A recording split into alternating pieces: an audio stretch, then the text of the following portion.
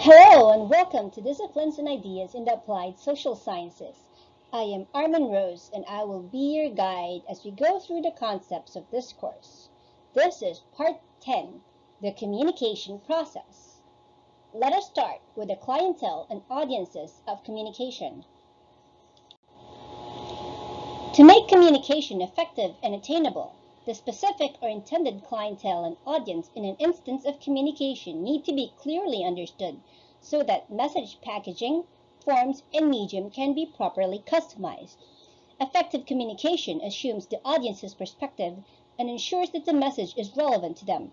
This means that the method of communication is carefully selected as most effective for the target audience. The characteristics of the clientele and audiences of communication. All people are clientele and audiences of communication. However, communication can only be effective when communicators take into consideration the characteristics of the intended clientele and audience.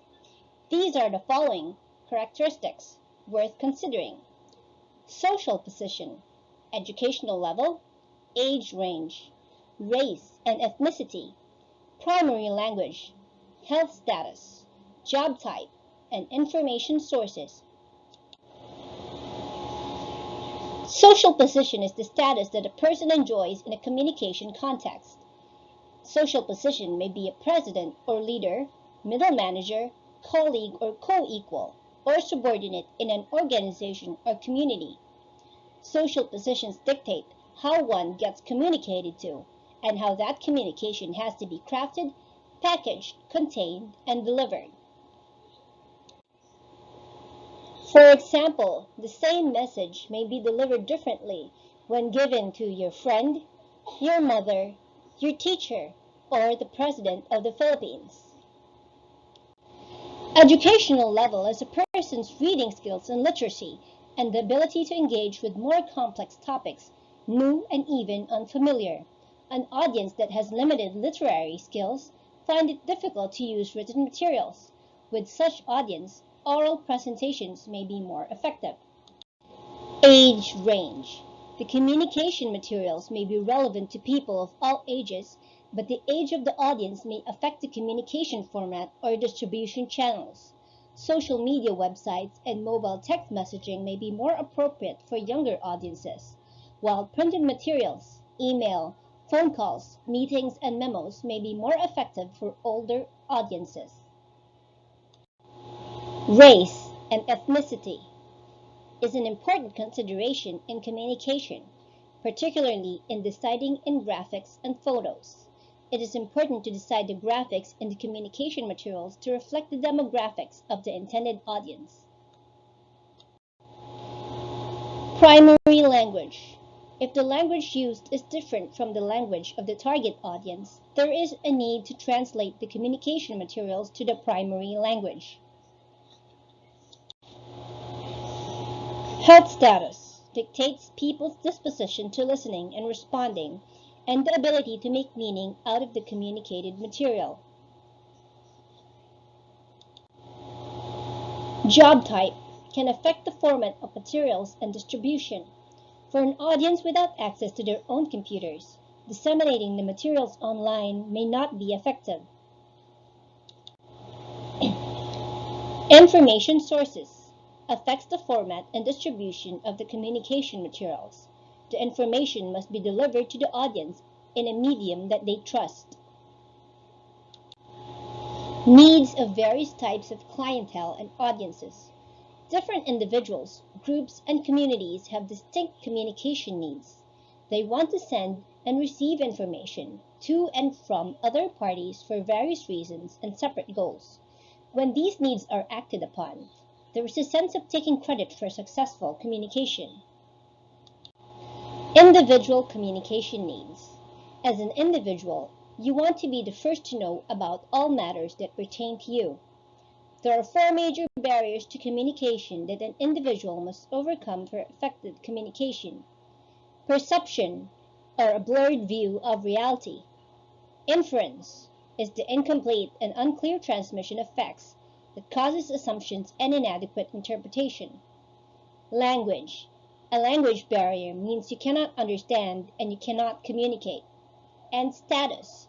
Status makes a person more worthy to listen to, respected, and trusted. Group and organizational communication needs. Group and organization tends to have communication needs that are specific to them. Groups may be identified as family, friends, classmates, or a team. Organizations may include a legal office, media, or the Philippine government. The focus of groups and organizations is to make their point heard and acted on to be considered an achievement. Community communication needs. When a community is the client of communication, the message has to be responsive to the need and the channel has to be appropriate, and the subject to be communicated has to be relevant to the community. Most often, the targets of communication are the geographic communities like barangay, municipality, province, region, or the entire country. People who share common characteristics but do not share location may also be considered communities, like the OFW community, LGBT community, professional community, business community, academic community, or medical community. We will now go to the settings, processes, methods, and tools of communication. The setting of communication may be defined as the physical surrounding of a communication, which may be made up of the location where the communication occurs, environmental conditions, time of day or day of week, as well as proximity to the communicators. The process of communication accounts for what happens between the source of the message and the recipient, the skills employed in giving and receiving information, and conveying our opinions with those around us. The methods of communication may be verbal, like sounds, language, and tone of voice; oral, pertaining to listening and hearing; nonverbal, like facial expressions, body language, and posture; written communication, like letters, memos, journals, blogs, and text messages; or visual communications, like signs, symbols, pictures, and illustrations. Tools in communication involves all that we use in both communicating with others and interpreting the information received from others. They range from language in all its forms to the tone of voice, performing, reenacting, storytelling, telephone, cell phones, photographs, movie, radio, television, cartoons, cyberspace, digital and social platforms, and the internet. Settings of communication. The government setting deals with citizens and particularly delivers social and public services that ensure peaceful and orderly living. This being the essence of government, the purpose of communication becomes more of public to government and government to public. The government communicates to inform the public about national plans, public services, security situation, opportunities, and to give general direction to people as a nation. In this sense, the government setting draws on a wide variety of communication tools and methods depending on the subject and intent. The government has highly confidential information and information that is meant to be accessible to all members of the public. Traditionally, all government relied on mass media to disseminate public information and propaganda. With the emergence of new media, the government has also incorporated much of new technological tools. It is common to find local government units maintaining a website and communicating with their communities and general public through social media. The private sector refers to the business community. These are the people who are involved in the delivery of public services, but are not the government. This sector exists for profit. Communication for them is largely advertisement to inform the public about available goods and services for sale. On the other hand, they need information from the public to understand the demand that they have to supply. As a private sector engages the public, they want to remain relevant, profitable, and accepted. The concept of corporate social responsibility is important in maintaining the goal of maintaining positive public perception. The civil society sector sees itself as the third force. It comes to complement government and business action. They do not exist to make profit or to serve the government, but they do perform a number of functions that belong to the government. In many cases, they also engage in business to raise funds needed to respond to problems affecting the represented sector. Communication in this sense is defined by the mission and actions chosen by the civil society. They can draw almost all forms of tools available in communication. To highlight issues, they produce documentaries or even movies. They use social media to bring their case to the widest possible audience effectively. The school setting. Schools are educational and social institutions. Their participation in communication is to deliver educational goods to the public and engage communities in agenda setting regarding educational goals and means. Communication in school setting tends to be very formal and academic. However, the emergence of new media has transformed communication in schools to include new forms of communities, cutting across schools to create communities of learners that come together in pursuit of learning beyond the confines of physical schools they belong to. Traditional group work has become virtual group work. Students can apply to a school and enroll without physically going to campus. There are more student-to-student and student-to-teacher direct communications outside of the physical campus. Traditional teaching and learning is also affected to favor a more personalized and learner-centered style. This has led to a global campus in education and school management. The community setting is where all sectors interact. Communication with communities has tended to favor a one-directional pattern of mass media. Sectors of a community announce their offering to the wider community, and government agencies would also inform communities in this fashion. But there is also within the community individual to individual, group to group, and group to general environment communication. Various tools and methods are appropriately drawn to achieve community setting communication goals. On this level, a face-to-face communication and tarpaulin, as well as graffiti, are very common. The communication media channels. Mass media. All forms of communication that are devoted to transmitting standardized messages to a widespread audience are called mass media. This includes newspapers, magazines, books, e-books, radio, web design with audio and video streaming, the internet, television, and motion picture. Much of mass media is electronic media. Generally, communication involves the giving and receiving of information. It is essentially a two-way process. Mass media does not consist much of this. It is a one-way system. In mass media, the audience is not obliged to pay attention or to give feedback. Social media or new media. Under new media or social media, communication is not necessarily relational, but issue and interest-based. New media has transformed the notion of a community based on geography to a community based on interests, from citizens to netizens. Blogging and social networking, the most popular forms of social media, tend to resemble a typical mass media style in the sense that there is impersonality, no privacy nor specific recipient of the message, nor the obligation to respond.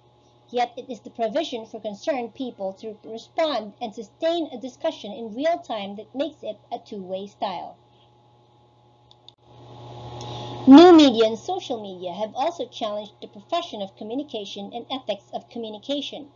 It is not regulated by members of the profession, but by the discourse of participants. Participants can choose to go by any name, may portray a self-image, or choose to remain anonymous.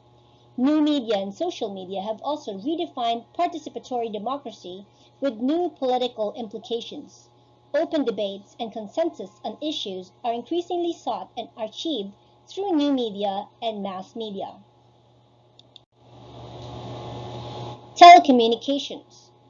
Telecommunication refers to the transmission of information by electromagnetic means. Large volumes of information that form words, sounds or images are transmitted over long distances through electromagnetic signals.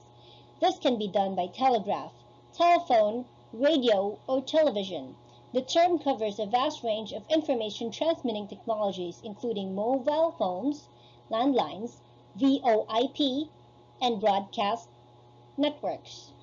Data is transmitted in the form of electrical signals, modulated into analog or digital signals for transmitting information. Telecommunication and broadcasting are administered worldwide by the United Nations. The International Telecommunication Union allocates global radio spectrum and satellite orbits, develop technical standards that ensure networks and technologies seamlessly interconnect, and strives to improve access to ICT to underserved communities worldwide. At present, it has a membership of 193 countries and almost 800 private sector entities and academic institutions. In the Philippines, the National Telecommunication Commission is the nation's regulatory agency responsible to steer the telecommunication sector as a primary engine for progress and development. RA 3846 regulates the installation, operation, and maintenance of public and private radio stations. RA 7925 regulates and supervises the provision of public telecommunication services. RA 3846 manages the radio spectrum, and EO 546 and EO 205 regulates and supervises radio and television broadcast station, cable television, and pay television. Communication needs assessment, monitoring, and evaluation. Needs assessment in communication is essentially the same. The communicator wants to know the purpose of communicating that may include the 5 essential elements: sender, message, medium, receiver, and interpretation. By conducting a needs assessment, the communicator would be best prepared to convey the meaning to the receiver using appropriate and efficient encoding system, proper medium, and target a more promising decoding possibility or interpretation of the message by the receiver. To communicate effectively means that one has met the needs of the intended individual, group, organization, or community in all aspects. Monitoring and evaluation. A logical model in monitoring and evaluating communication effectively involves splitting the variables into two: those that pertain to making something happen, or the causes, and those that account for the results, or the effects. The variables of causes include input, activities, and outputs. These have to be monitored. The variables of effects include initial outcomes, intermediate outcomes, and ultimate outcomes. These have to be evaluated. Monitoring traces the plan and documents its implementation. Evaluation accounts for results arising from the implementation of the plan. Communication is a dynamic process in which humans strive to convey meaning to one another and serves as basis for understanding. It aims at a response. In monitoring and evaluating communication, the input, or message, medium, design, process, and tool, is monitored, while the behavior change caused by the communication is evaluated. In this way, success and failure of communication can be determined, and necessary immediate or future corrective actions can be identified and undertaken accurately. The ideas presented in this lesson are based on the content standards of the Department of Education and the book Disciplines and Ideas in the Applied Social Sciences by E.M. Sampa, published by Rex Publishing. Thank you for watching, and see you in the next lesson.